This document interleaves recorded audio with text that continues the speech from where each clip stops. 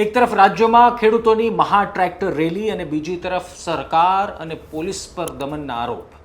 આ બધા વચ્ચે પોલીસનો એક એવો ચહેરો સામે આવ્યો જે જોઈને ખેડૂતો અને બાકી બધાને કદાચ ખુશી પણ થશે અને ચહેરા પર સ્મિત પણ આવશે.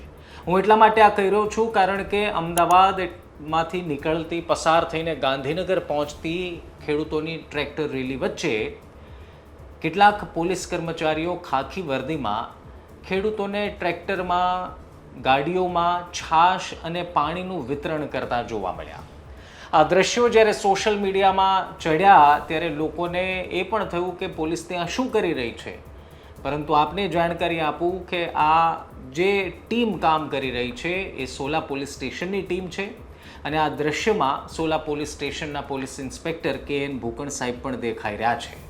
એક તરફ ખેડૂતો પોતાની માંગ માટે, પોતાના હક માટે ગાંધીનગર કૂચ કરી રહ્યા છે અને બીજી તરફ પોલીસ તેમનો હોંસલો વધારી રહી છે, પોલીસ તેમની હિંમત વધારી રહી છે અને આ પોલીસનું એક બીજું સ્વરૂપ છે, આ પોલીસનો એક બીજો ચહેરો છે.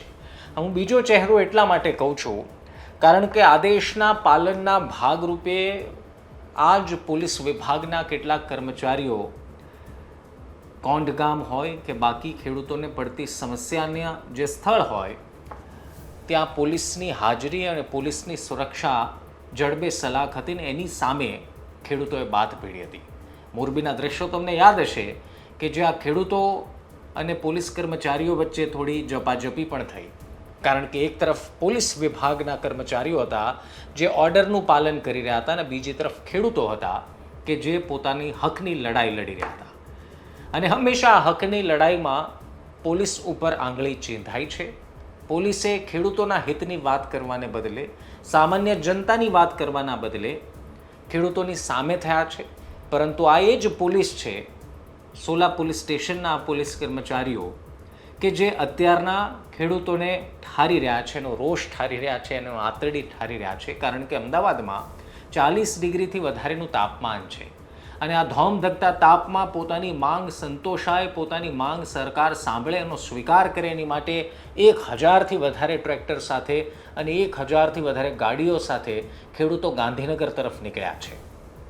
એ વચ્ચે જ્યારે પોલીસનો આવો ચહેરો જોવા મળે, પોલીસનું આવું રૂપ જોવા મળે તો સ્વાભાવિક રીતે એને વખાણવું પણ જોઈએ અને એને દાદ પણ આપવી જોઈએ. પરંતુ આ માત્ર સોલા પોલીસ સ્ટેશનની વાત છે. જો બધા જ ગુજરાતના પોલીસ કર્મીઓ ખેડૂતોના હિતની વાત કરવા મળે, ખેડૂતોના હિતમાં કામ કરવા મળે, ખેડૂતોને સપોર્ટ કરે, ખેડૂતોને મોટિવેટ કરે તો વિચારો કે શું ખેડૂતોએ આ રેલી કાઢવાની જરૂર પડતી? શું ખેડૂતોએ કામ ધંધા છોડીને, ખેતી છોડીને જ્યારે વરસાદ માથે છે અને વાવણી છોડીને શું ગાંધીનગર રેલી કાઢવાની જરૂર પડી હોત?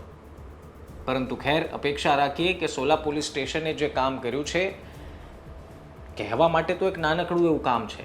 ઘણા બધા એવું કહેશે કે ભાઈ છાશ ને પાણીનું વિતરણ કરવું, પરંતુ મિત્રો યાદ રાખજો, ખાખી ડ્રેસમાં રસ્તા ઉપર આવીને ખેડૂતોનું મનોબળ વધારવા માટેનું આ કામ છે.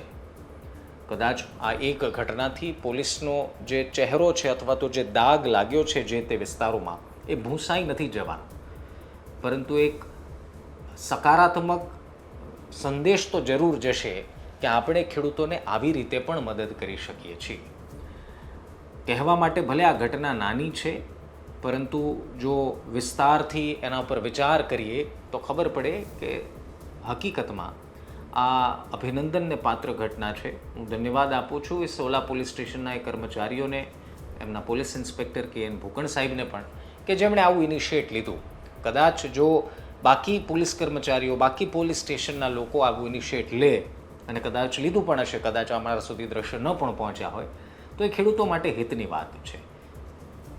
અપેક્ષા રાખીએ કે જ્યાં જે વિસ્તારમાં ખેડૂતો પર દમનની વાત આવે છે અને જેના પર દાગ લાગ્યો છે એ પોલીસ કર્મચારી સુધી આ વિડીયો જરૂર પહોંચાડજો, જેથી ખબર પડે કે માત્ર ખેડૂતોની સામે થઈ જવાથી, ખેડૂતો પર હુમલો થવાથી સારા પોલીસ સાબિત નથી થવાતું. સામાન્ય જનતા અને જે તકલીફમાં જનતા છે એમની પડખે ઊભા રહેવાથી સારા કર્મચારી અને સારા ખાખી વર્દીધારી તરીકે તમે ઓળખાશો, ન કે એમના પર હુમલો કરીને. ધન્યવાદ.